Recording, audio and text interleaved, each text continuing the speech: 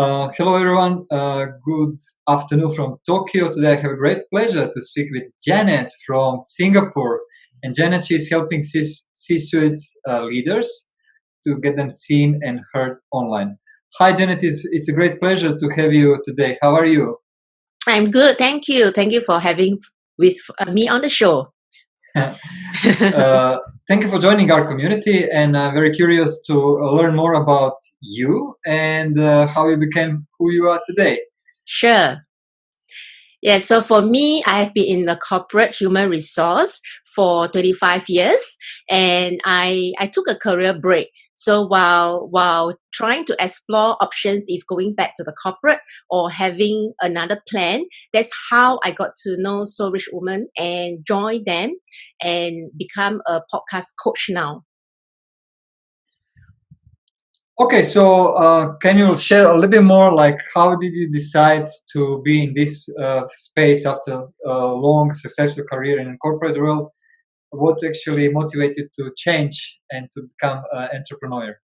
It was a very interesting journey. When I was in the corporate, I did not think of having a side hustle for myself because I was focusing on my corporate progression, and also in terms of I was having a senior position and also a good profile that I've been very comfortable. But after I left the corporate and I wanted to do something as in so that if I decided not to go back to corporate, I would do something that is of my interest, something that I can contribute with my talents and my gifts, and I'm able to do more than just in a 9 to 5 office hours as an employee. So with that, when I was on exploring some options, and when I chanced upon this So Rich Woman programs and also helping me to position me in my branding. Because when I left the company, I realized that without a title and without a company, I was actually a nobody. because I'm so used to introduce myself. What did I do? Because of the company and Yeah. because of my title, right? And when I manage a big teams across Asia Pacific, and I've worked in global multinational company, so that inspired me to work on my personal branding. Whether even if I go back to corporate one day and continue to build my business, I have my own branding. People know me as who I am and being authentic myself. So that's how I decided to build my branding, and I chanced upon the podcast where I host a woman leadership shows, a series, 1 year, about 2 years content, which I was so excited because I realized that with my experience in the corporate, with who I am, I was able to share in the podcast and inspire many women out there who is like me, a mother, a daughter, and also a wife who is able to manage our responsibilities at the same time, also to strive for our dreams. That sounds amazing. You are a kind of great fit for our community. Like you did your positioning and branding, and you are supporting women. So can you share a little bit more about who is your ideal client? Who are the people who you are supporting, and how you are serving the community?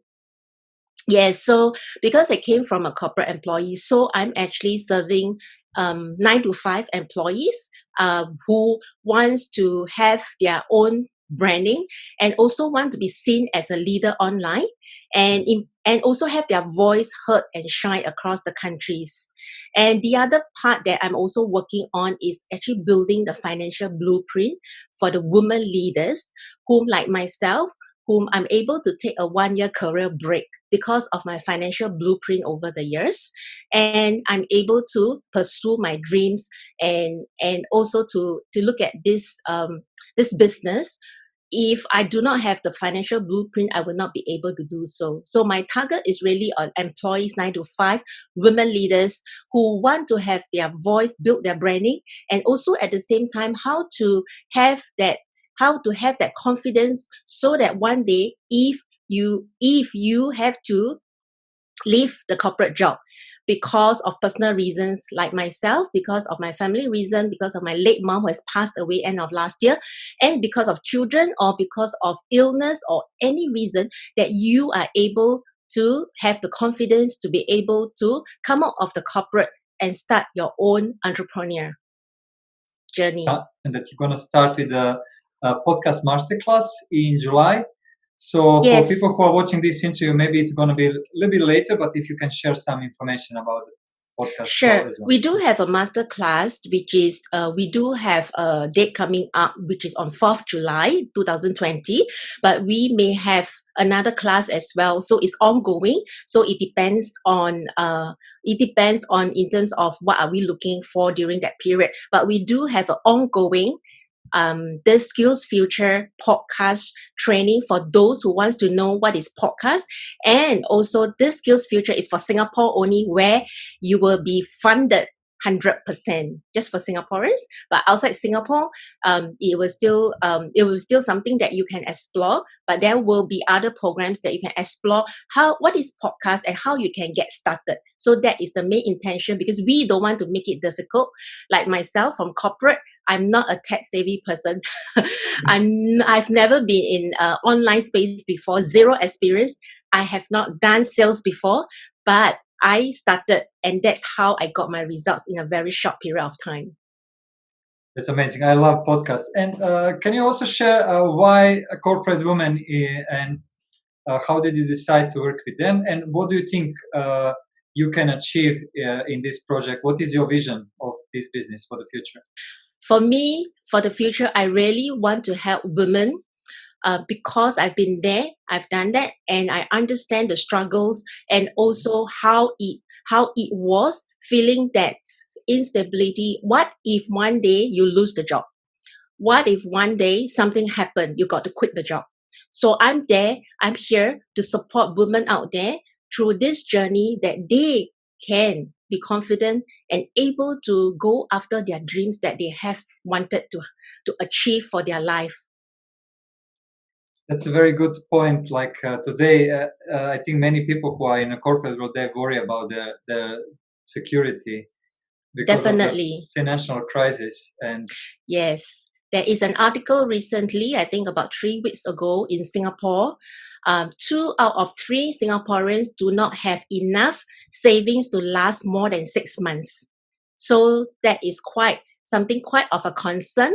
And that is where I'm also, other than podcast, I'm also helping women to look at their money blueprint, because it's not something that you want and you just get it. It has to have a framework and a blueprint to help you to achieve that goals. absolutely, I think not only women, men also are struggling, because like after 3-6 months, if you only have one source of income, it's a struggle, right? And even in Singapore, which is kind of very stable, very famous place in Asia for stability, but now even Singaporean people start to be worried. So I think your survey is coming on the right time. Yes, exactly, because we are looking at more than one source of income, a passive income, that we want to have many streams of income, and not only active income, where if something happened to you, you're not able to have that income coming in.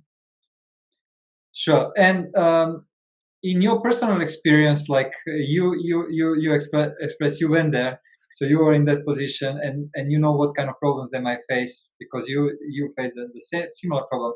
But now you are in the position that you are helping them to feel more self-confidence and actually independence. So how do you find the energy to keep all these roles?